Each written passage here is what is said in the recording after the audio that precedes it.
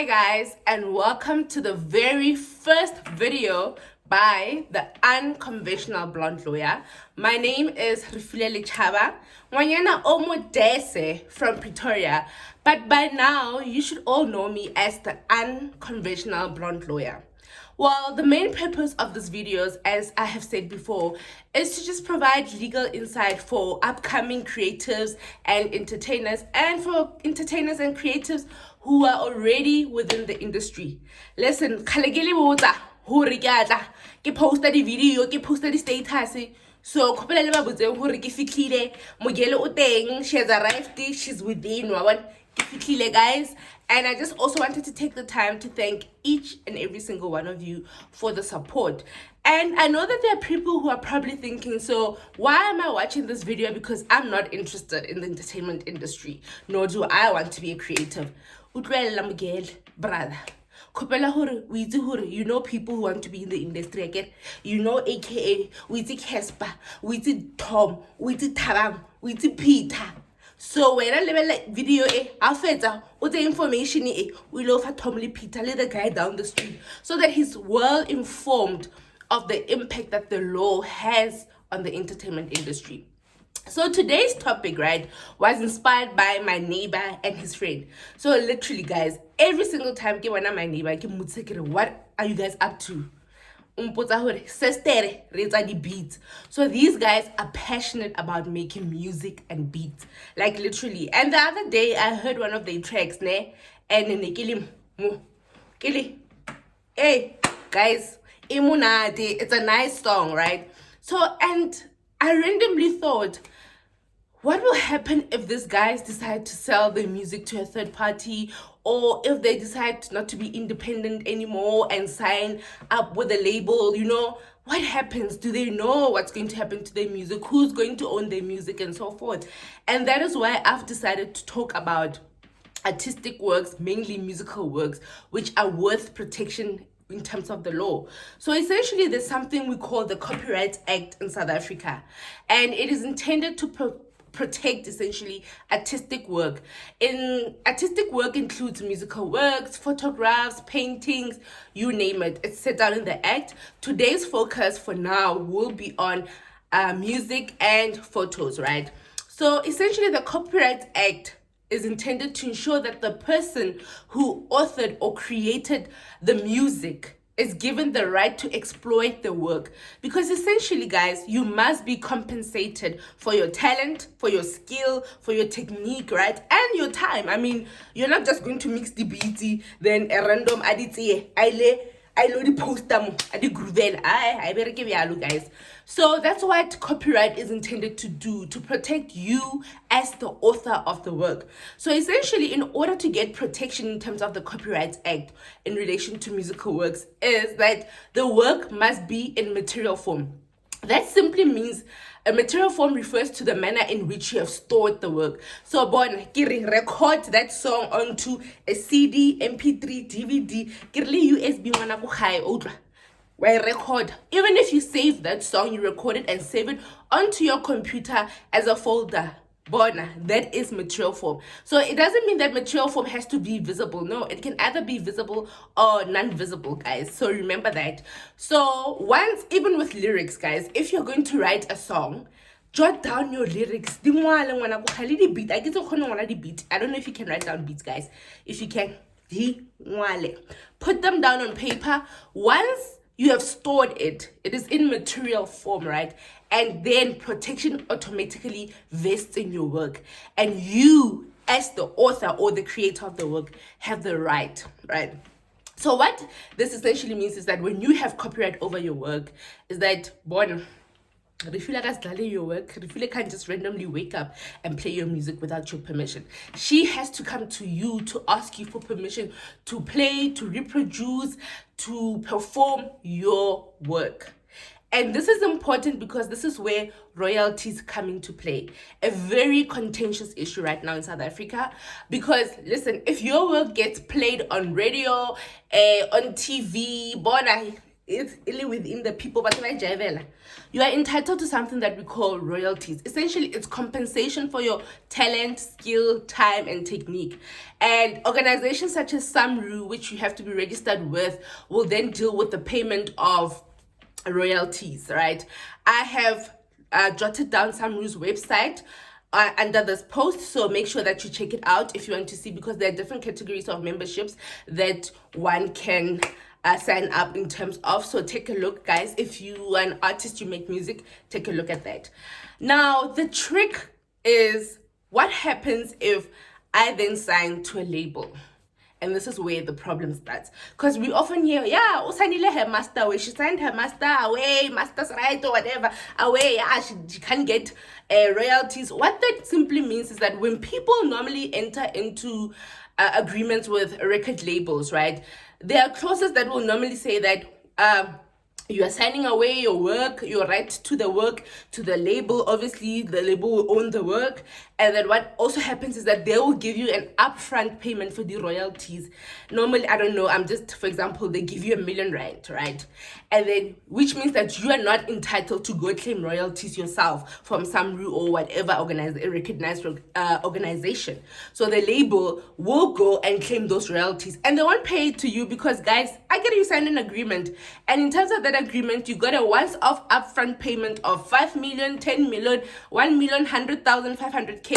So when the label goes and cashes out on your money, when they get royalties every single year, and it is more than what you got, you have no right to go to them and be like, hey. So that is why I think, guys, it is so important for each and every single one of us to make sure that we read the terms and conditions of agreements that we enter into. I mean, it's quite difficult. It's easier said than done to come here and tell you guys, yeah, read your terms and conditions. I mean, at the time when you're probably signing that agreement, you really want to get your work out in the public. So you're willing to take whatever offer is on the table. But guys, try and negotiate, right? Try and get into terms that are favorable to you as the artist, to try and make sure that if you don't have to sign away your master to the agency, don't do it, guys. Ask questions, question things, ask, and then try and negotiate, guys. See if you can negotiate, because I mean, now royalties are a contentious issue in South Africa recently. DJ Mamang, so make sure that you don't fall victim to those guys. So yeah, that is what essentially copyright in terms of musical works does.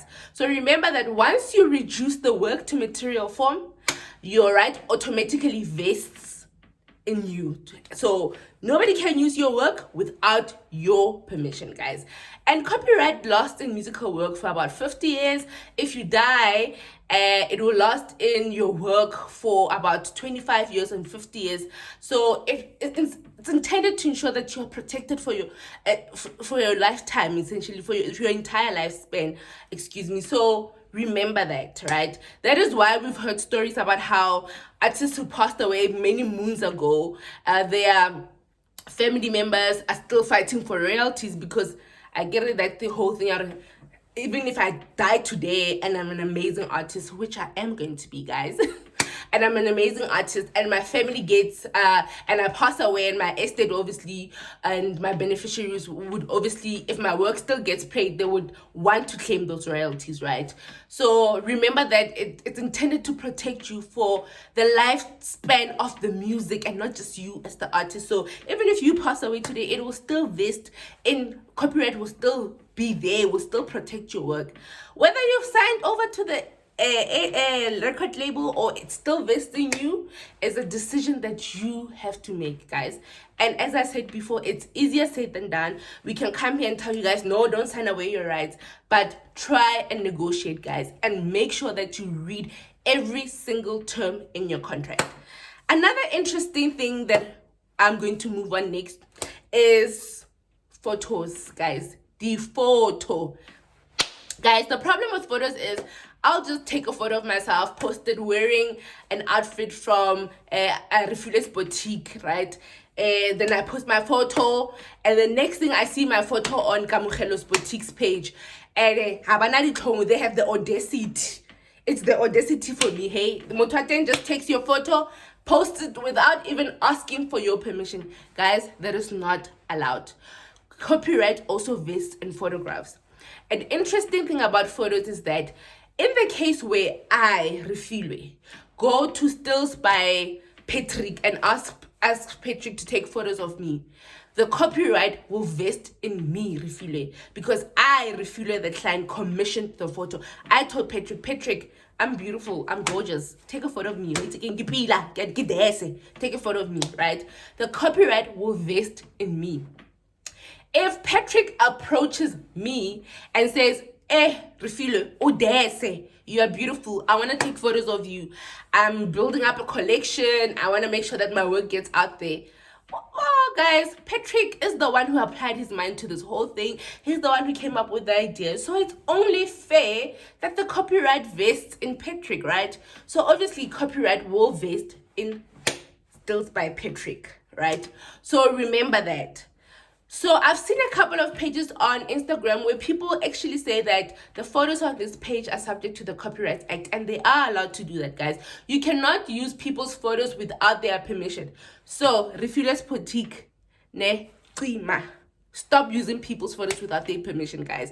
If you see a photo of yourself on some boutique and knowing very well that you didn't buy the clothes there and they posted because they also sell the same item, you can actually holla at them, send them a DM, knock on their door and be like, hey, listen, Refilwe, no, you cannot use my photo without my permission. Ask for my permission. So, recap. Copyright in terms of photos, if it is commissioned by you as the client, it vests in you, right? If the photographer is the one that comes to you and says, I have this brilliant idea, you will look amazing, let's take photos, copyright vests in them, and it's only fair because they came up with the idea. If a magazine says, listen, Refilwe, we hear you're an upcoming artist, Udra, the unconventional blonde attorney, we want to interview you for our March issue, September issue, and obviously they plan everything, copyright will vest in them and not even the photographer in the magazine, because they came up with the entire shoot idea, editorial, right? So copyright will vest in them. So essentially copyright in photos vests in the person whose idea and effort it took to take the photo. So listen, copyright in terms of photos vests in the person whose idea it was to take the photo, and who's the person who applied their mind to the idea and came up with the idea behind the photo. So guys, my final word, please stop using people's photos without their permission. It is not allowed. Copyright allows people to simply say no when you want to use their work. If I don't feel like you're not like, I get like they like saying, people are not aligned to my brand. If I feel like Refilwe's boutique is not aligned to my brand, I can simply say, no, Refilwe's boutique, you're not aligned to my brand, so please don't use my photos, don't use my music. You cannot. So that is it for today, guys. Remember, copyright is there to protect you as the artist and the creative. In the next few weeks, we'll be posting more videos. Well, I guess I get a we. Who am I talking about? Because it's just me. I'll be posting videos about copyright in all other works. For example, if you submit a pitch to a TV station, how can you make sure that the TV station doesn't rape your work? Because we know, hey, we've seen the stories on Twitter. People coming out with files, so Mama stole my story, my pitch, whatever. So we're going to be looking at stuff like that. Remember, the purpose of all of these videos are to ensure that you, as the creative and the entertainer, know your rights and you can protect yourself. So guys, thank you so much for tuning in today. Next time, practice for the audition. I gave that other TV station, why they haven't called me, Marakisho, other ones are sending me emails by now. Thank you guys. See you next time.